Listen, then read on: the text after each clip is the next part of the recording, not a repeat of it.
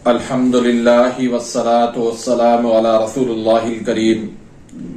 अम्मा बाद फ़अऊज़ु बिल्लाहि मिनश शैतानिर रजीम। बिस्मिल्लाहिर रहमानिर रहीम। मोहतरम नाज़रीन कराम, मोहतरम भाइयों और बहनों, अस्सलामु अलैकुम रहमतुल्लाहि व बरकातुहू। अल्लाह पाक से दुआ है, अल्लाह पाक आप तमाम भाइयों की और तमाम बहनों की परेशानियां दूर फरमाए और अल्लाह पाक आपको कामिल सेहत वाली जिंदगी अता फरमाए। नाज़रीन, आज हम एक नए टॉपिक के साथ, एक नए नुस्खे के साथ, एक नई वीडियो के साथ हाजिर खिदमत हैं। आज का जो हमारा टॉपिक है वो है फैटी लिवर। फैटी लिवर क्यों होता है, इसकी कितनी इकसाम हैं और फिर इसका दुरुस्त इलाज क्या है। तो टॉपिक शुरू करने से पहले अगर आप मेरे इस चैनल पे नए आए हैं या अभी तक आपने मेरे इस चैनल को सब्सक्राइब नहीं किया तो सब्सक्राइब कर दीजिए, बेल आइकन घंटी के निशान को प्रेस कर दीजिए ताकि मेरी हर आने वाली लेटेस्ट वीडियो का नोटिफिकेशन आप तक पहुंच जाए और आप मेरी वीडियो से मुस्तफीद होते रहें। नाज़रीन, फैटी लिवर, इसका मतलब ये होता है कि लिवर पे चर्बी, ये चर्बी लिवर पे क्यों चढ़ जाती है।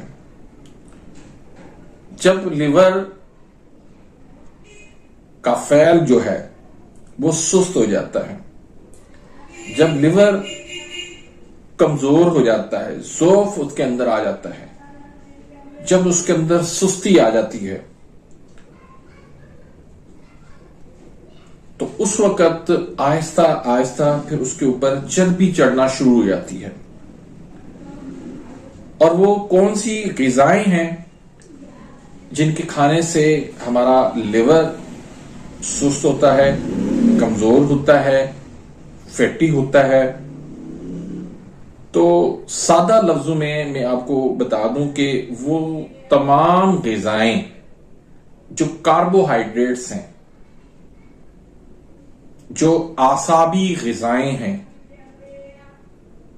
वो ग़िज़ाएं जो है फैटी लिवर पैदा करती हैं। और ये वही ग़िज़ाएं हैं जिनसे शुगर होती है, और ये वही ग़िज़ाएं हैं जिनसे यूरिक एसिड होता है, और ये वही ग़िज़ाएं हैं जिनसे पित्ते में पथरियां होती हैं, और ये वही ग़िज़ाएं हैं जिनसे आपका मैदा डिस्टर्ब होता है, कमजोर होता है, एच पायलोरी उसमें हो जाती है, जरासीम पैदा उसमें होते हैं, वायरस पैदा हो जाता है। तो वो ग़िज़ाएं, उनके अंदर तमाम बेकरी आइटम, फिर उसके बाद सिवियां, दूध, दलिया, कस्टर्ड, मिठाइयां, खीरा, कद्दू, तूरी, मक्खन, बालाई, भैंस का दूध, ये वो ग़िज़ाएं हैं जिनके इस्तेमाल करने से आपका लिवर जो है वो फैटी हो जाता है। और ना सिर्फ फैटी लिवर बल्कि इसके साथ साथ आपके दूसरे भी मसाइल जो मैंने जिक्र किया है, वो तमाम तर मसाइल इसमें पैदा हो जाते हैं। ये तो थी वो ग़िज़ाएं जिनकी वजह से फैटी लिवर होता है। दूसरा इसका सबब होता है डिप्रेस होना, स्ट्रेस लेना, टेंशन लेना, ऐसा काम करना जिससे दिमाग के ऊपर प्रेशर बनता हो, रात को देर तक जागना, इनसे भी जो है वो लिवर जो है वो हमारा फैटी बन जाता है। और याद रखिए, लिवर जो खराब होता है उसका आगाज जो है वो फैटी से होता है। और ये इतना कॉमन बन चुका है, इतना आम बन चुका है कि कम से कम मैं समझता हूं कि 100 में से 40 लोग जो है वो फैटी लिवर का शिकार हैं आज इस दौर के अंदर। और फिर मेडिकल के अंदर जाएं आप तो फैटी लिवर को इग्नोर कर देते हैं कि ये कोई मसला नहीं है और ना ही इनके पास कोई इलाज है, और इसको इग्नोर करना मैं समझता हूं कि बहुत बड़ी बेवकूफी है। यहीं से लिवर खराब होने का आगाज होता है। पहले लिवर फैटी होता है, एंजाइम लिवर के बढ़ते हैं, फिर हेपाटाइटिस होता है, फिर लिवर सिरोसिस हो जाता है, फिर लिवर कैंसर तक मामला चला जाता है। तो इसलिए जो आगाज है वहीं से ही इसका अगर इलाज दुरुस्त किया जाए तो हमेशा के लिए ये आपका लिवर जो है वो एक्टिव हो जाएगा, वो फिट हो जाएगा, उसमें आप चर्बी नहीं बनेगी, उसमें आपको कोई दिक्कत नहीं होगी, कोई कमजोरी नहीं पेश आएगी। तो इसलिए इन ग़िज़ाओं से परहेज करें, टेंशन से परहेज करें, रात को देर तक जागने से परहेज करें, कोई दिमागी काम जो है वो ज्यादा करने से उससे परहेज करें। असल में हम जो है वो समझते हैं कि ये जो ग़िज़ाएं मैंने आपको बताई ये ठंडी ग़िज़ाएं हैं, तो ठंडी ग़िज़ाएं जो है वो मैदे को भी फायदा देती हैं और जिगर को भी फायदा देती हैं। ये सबसे बड़ी बेवकूफी है हमारी। ना मैदा आपका इससे दुरुस्त होगा, ना आपका जिगर इससे दुरुस्त होगा, ना आपके गुर्दे इससे दुरुस्त होंगे, ना आपका दिल इससे दुरुस्त होगा। सिर्फ दिमाग के ऊपर इससे प्रेशर बनेगा, दिमाग और आसाब पे इससे सोजिश बनेगी। इसके अलावा इसका कोई फायदा नहीं। और जो लोग ये ग़िज़ाएं इस्तेमाल नहीं करते, आप अरब लोगों को देख लें, वो ग़िज़ाएं ये इस्तेमाल नहीं करते। वो क्या खाते हैं? खजूर खाते हैं, शहद खाते हैं, बकरी का दूध पीते हैं, ऊंटनी का दूध पीते हैं, कावा पीते हैं, कलौंजी खाते हैं, जैतून का तेल पीते हैं। ये वो ग़िज़ाएं हैं जिससे आपका लिवर एक्टिव होता है। और हम समझते हैं कि ये चिकनाहट जो है ये जो है लिवर को फैटी बनाती है। तो भाई चिकनाहट में भी फर्क है। एक है मक्खन, एक है देसी घी, दोनों में जमीन आसमान का फर्क है। मक्खन सर्द मिजाज का है, ठंडा है, फैटी इसको बनाता है लिवर को। लेकिन देसी घी जो है ये नुकसानदेह नहीं है। हां, यह है कि आपका मैदा इसको हजम कर सके। ऐसा नहीं हो कि मैदा आपका पहले ही कमजोर हो, आप देसी घी खाएंगे तो लाजमी बात है वो हजम नहीं कर पाएगा। तो मैदे के लिए जो चिकनाहट नुकसानदेह है वो मक्खन, बालाई, कुकिंग ऑयल ये नुकसानदेह है। बाकी आप जैतून का तेल इस्तेमाल करें, देसी घी इस्तेमाल करें, सरसों का तेल इस्तेमाल करें, इससे कभी आपका लिवर जो है वो फैटी नहीं बनेगा, बल्कि फैटी लिवर से खत्म होगा। अब आते हैं इसकी इकसाम पर। इसकी दो बड़ी इकसाम है। एक इसकी किस्म है अल्कोहलिक और दूसरी नॉन अल्कोहलिक। अल्कोहलिक जो है वो बहुत कम है, बहुत कम है। ये जो है वो जितने भी नशे हैं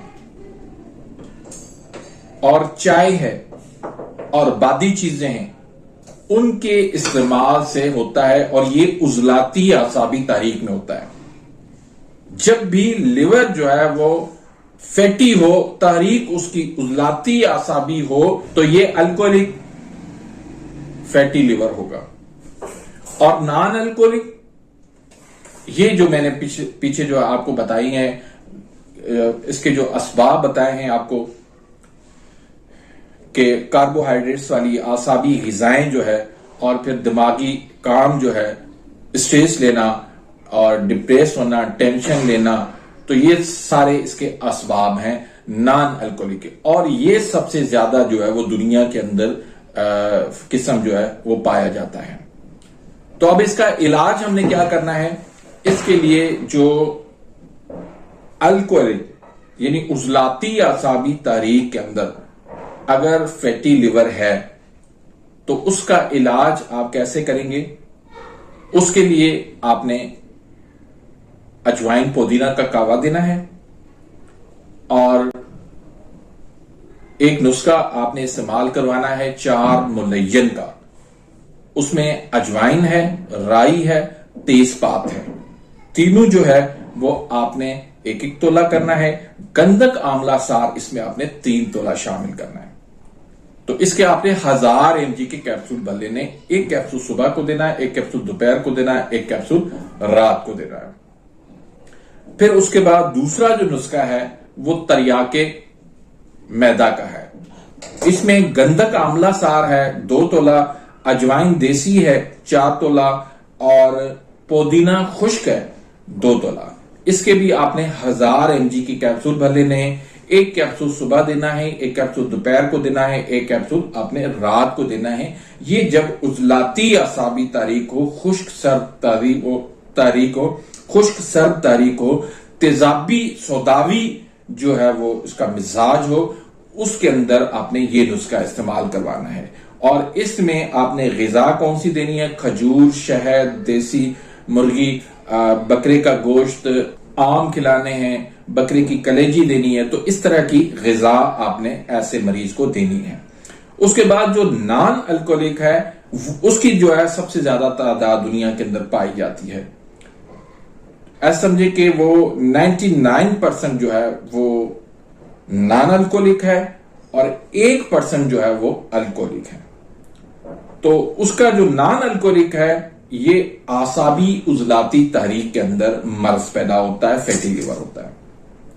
तो इसके अंदर जो ग़िज़ाएं आपने इस्तेमाल करनी है वो सारी खुश्क गर्म इस्तेमाल करवानी है। उसमें क्या क्या ग़िज़ाएं हैं?